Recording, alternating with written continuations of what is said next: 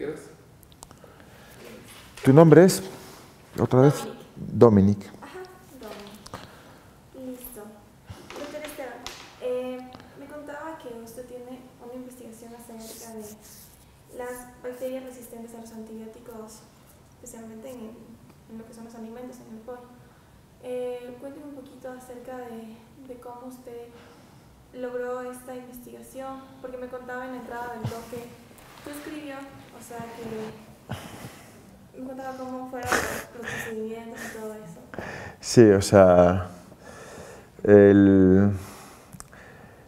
si no te importa, antes de grabar te cuento muy poquito, porque es que obviamente cuando tú vienes de comunicación lees sobre antibióticos como, ¿no? Entonces, solamente para situarte, ¿no? Es decir, porque lo que tiene esto es una historia de un descubrimiento que fue lo de los antibióticos, que nos hizo entrar en la era antibiótica, es decir, la era donde tú, por ejemplo, tenías una enfermedad infecciosa, te tomabas el antibiótico y te curaba. Y precisamente por no entender que la selección natural, hemos acabado teniendo bacterias resistentes. Ahí se han juntado dos cosas, ¿no? No entender que siempre que tú, digamos, hagas una...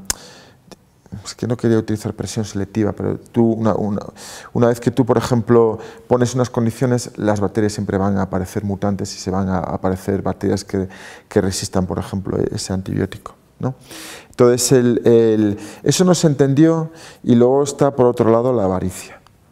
La avaricia de decir, quiero vender más y no me importa arruinar esta conquista de la humanidad, que fueron los antibióticos. Y hoy en día pues estamos en un momento donde cada vez se está muriendo más gente por cosas que hace 20 años no se morían. Entonces, lo que nosotros tratamos es de ver si están pasando bacterias de los pollos, ¿no?, de las granjas a los humanos, básicamente porque se utilizan muchísimos antibióticos y aparecen bacterias resistentes. Entonces, un poco siguiendo las ideas de Eugenio Espejo, lo que queremos es cortar las barreras de transmisión y de esa manera prolongar un poco la vida de los antibióticos un poco más. Listo. O sea, pongamos a los... O sea, lo que yo quiero es que tú, como en las preguntas que me hagas, porque esto es para comunicación, entiendas que hay una historia detrás, no que son cosas complicadas. Realmente no es nada complicado, simplemente que tú, por ejemplo, lo mismo que puedes hacer, seleccionar, yo qué sé, razas de animales, ¿no? Entonces, por ejemplo, si lo que quieres es conseguir un perro muy tuco, pues lo que tienes que hacer es en cada camada, ¿no?, quedarte con el más tuco de los cachorros y los otros matarlos, ¿no? Nosotros lo que estamos haciendo es, en las granjas sobre todo, alimentar a los pollos con antibióticos, con lo cual van a aparecer bacterias que son resistentes y luego nos vienen a nosotros y luego no nos curan, ¿no? Entonces, ¿le parece si empezamos un poquito con la historia? Sí, algo así. O sea, lo importante cuando se tratan temas que a la gente en general no le interesan, porque son como complicados, y dices tú, y no quiero saber, lo importante es la historia, ¿no?, que tiene detrás, ¿no? O sea, que hay buenos, hay malos, hay... Listo. Entonces, empecemos un poquito con Okay. la historia desde cuando empezó ya. Sí. Bueno, antes de que aparecieran los antibióticos, que aparecieron aproximadamente durante la Segunda Guerra Mundial del siglo pasado, ¿no?, cuando estaban peleándose los nazis con los aliados, se descubrió un producto que mataba las bacterias. Entonces eso, claro, nos liberó, por ejemplo, de la gonorrea, de la sífilis, de las neumonías, de las meningitis, ¿no? Entonces tú, imagínate, antes de la penicilina, tú cogías una enfermedad venérea y te la llevabas toda la vida. Eras sifilítico para toda la vida. De repente te tomas el antibiótico y en unos días estás libre de esa enfermedad. Eso, la humanidad le entró una fase de optimismo, ¿no?, de confianza en sí misma. Es decir, hemos derrotado al cólera, la peste, todas esas enfermedades infecciosas. El problema fue cuando los antibióticos empezaron a ser tan baratos que se empezaron a utilizar también para la industria agroalimentaria, ¿no?, sobre todo en las granjas. Entonces, ahí el problema que tuvimos fueron dos, ¿no? Por un lado, la codicia, ¿no?, de querer vender cada vez más barato y más, y para eso empecemos a utilizar los antibióticos no para curar, sino para engordar animales. Entonces, el segundo problema es no entender cómo funciona la selección, ¿no? Hay gente que piensa que la selección es una teoría y la selección la vemos todos los días, ¿no? ¿Por qué? Porque se basa simplemente en que si tú tienes, ¿no? Imaginémonos con los perros todos provienen de los lobos. Entonces, tú quieres seleccionar una raza de perros fuertes, pues en cada camada te quedas con el mastuco, los otros los matas. Pero si tú quieres, por ejemplo, tener perros muy pequeñitos, que los puedas, por ejemplo, meter en el puchero, en la olla, cuando no tengas nada que comer, pues vas seleccionando los más pequeñitos para que coman las basuras y los que tengan menos pelo, y así obtienes los chihuahua. Entonces, si nosotros, eso se llama selección artificial, ¿no? Voy quedándome con los que me interesan. Pero la selección natural es que si yo doy antibióticos, van a aparecer bacterias que son resistentes. Entonces, lo que nosotros estamos investigando es viendo si desde esas granjas nos vienen bacterias con resistencia a los antibióticos para, si lo podemos demostrar, buscar los medios para que eso no suceda. Y de esa manera, pues, retrasar un poquito y prolongar un poquito la vida de los antibióticos, porque cada vez nos quedan menos antibióticos. Le cito una duda. En el momento que usted me dijo que los antibióticos se volvieron más baratos, ¿eso se debió a que igualmente las fórmulas con las que creaban se volvían menos? O sea, ese proceso industrial, o sea, tú por ejemplo puedes obtener una molécula, ¿no? Y al principio es caro obtenerla, pero lo bueno de la industria es que puede hacer que esos procesos se abaraten. Entonces, si tú por ejemplo, imagínate conseguir un análogo, o sea, conseguir una molécula que te dé placer. Si luego eres capaz de hacerla barata, metanfetamina, ya está. Puedes hacerla industrial y producir toneladas, y la gente pues le va... Antes, por ejemplo, solamente la gente que tenía mucho nivel adquisitivo podía adquirir opio. Hoy en día cualquiera puede adquirir un análogo de opio con estas drogas semi-industriales, ¿no? Listo. Y pongamos a los pollos, ¿se les inyectan estos tipos de antibióticos como que para qué? O sea, ¿para el crecimiento más rápido de ellos? Para dos cosas. Uno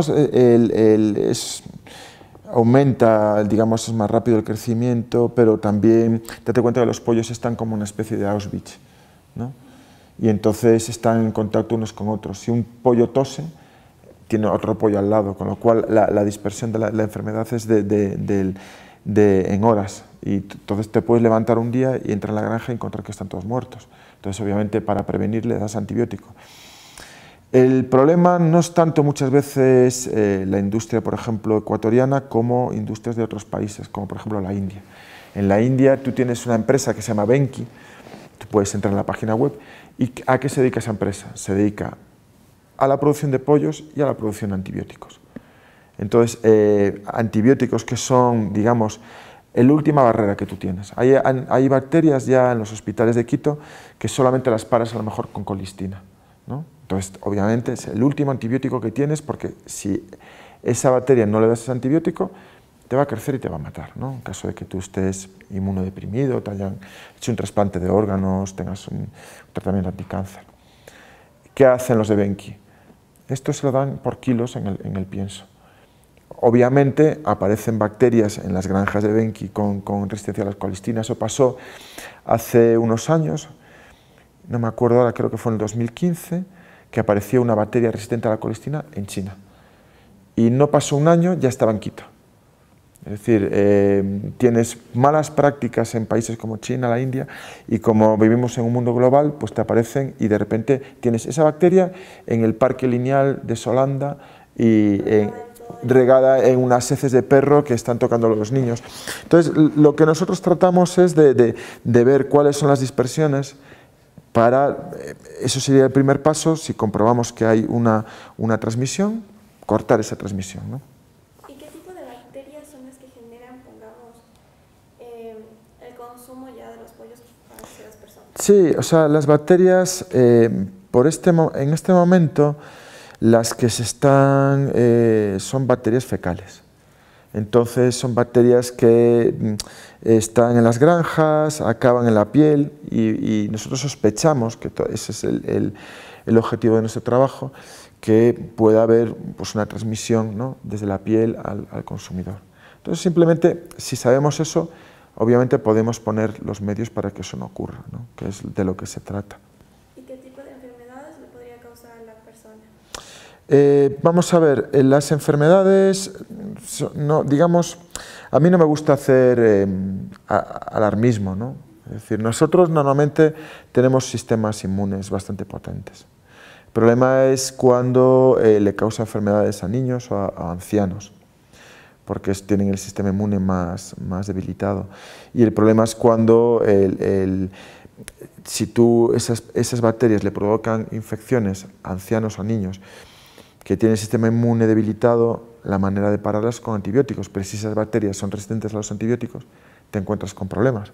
Pero esto es un problema que no solamente pasa en Ecuador, esto pasa, por ejemplo, en Hollywood, ¿no? Hay una película que hay la primera y la segunda parte. En la primera sale una actriz y en la segunda parte sale otra. Y dices, ¿por qué, no? Si debía ser la misma actriz que hiciera las dos versiones. Es que la actriz de la primera parte se murió. Es decir, tuvo una neumonía, fue al hospital, le dieron un antibiótico, pero la bacteria que tenía era resistente. Tómate el segundo antibiótico. Se va a su casa, vuelve la tercera vez. El antibiótico que le habían dado era un antibiótico muy potente, caro, pero la bacteria ya era resistente. Y cuando volvió la tercera vez tenía la bacteria en sangre, le provocó una sepsis y se murió, ¿no? Es decir, es un problema que nosotros tenemos que ser conscientes. Y desde aquí, desde Ecuador, pues tenemos que poner los medios para evitar que eso pase, ¿no? ¿Y existe algo más fuerte que el antibiótico? No. No, una virgencita del Quinche, una estampita o algo así, ¿no? Le rezas. No, estoy bromeando, pero sí, por ejemplo, hay algunas bacterias que ya son resistentes a todos los antibióticos. Entonces, cuando tú te contagias con esa bacteria, ya no tienes herramientas. Entonces, la humanidad ha entrado en la era posantibiótica. Entonces, ahora nosotros tenemos que tratar de prolongar la vida útil de los antibióticos, quizás rotándolos, quizás utilizando otras alternativas, pero la vida como era hace 20 años ya no va a volver. Hemos perdido esa capacidad. Súper interesante. Súper interesante. Lo que no me queda aún un poquito claro es el hecho de que, pongamos, usted en la entrada del blog me escribió de que debido a los antibióticos se fueron igualmente como que dándole curación a la sífilis. O sea, tú tenías gonorrea y te tenían que meter una cánula por la uretra, hacer unos lavados con mercurio, eran súper tóxicos, tenías recidivas, es decir, volvías a salirte la bacteria. De repente en 4 horas estabas curado. Pero sin embargo, todas esas bacterias igualmente se han hecho. No se han hecho, hemos seleccionado bacterias, ¿no? Entonces, es que esa es la diferencia, lo que les explico también a mis alumnos. La selección es, pues eso, una camada y escoges uno y a los otros los matas. Entonces tú estás constantemente matando bacterias, pero alguna, ¿no?, aparece que es distinta por mutación.